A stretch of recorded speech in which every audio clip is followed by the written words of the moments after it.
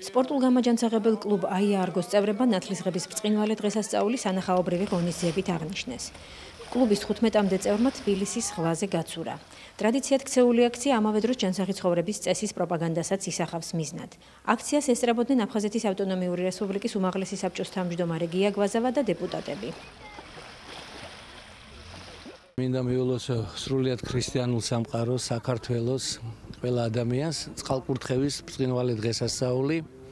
დღეს სოფლიოში ყველგან წყალი კურთხეულია, როგორც იტყვიან. რამოდენიმე ათეული ადამიანები აი ამ სამთრის პირობებში კიდე ერთხელ უჩვენებს ახალგაზრდობას, რომ ჯანსაღი ცხოვრების წესი ეს არის მთავარი. არა მოწევა, არა ნარკოტიკებს, არამედ კი ჯანმრთელობას. აქავად მებრძოლები, ვეტერანები, თავად მე ვიყავი ომში აფხაზეთში ვიყავი, სადესაც ბატალიონის მეთაური. მე ვიყავი ცოტა ხანი ვიყავი დიზერტვილის მეთაური. ყოველდღე ვცურავ. ზამთარში, ზაფხულში, ქარია, წვიმა, თქეშია, ყინვა, სულ ერთია.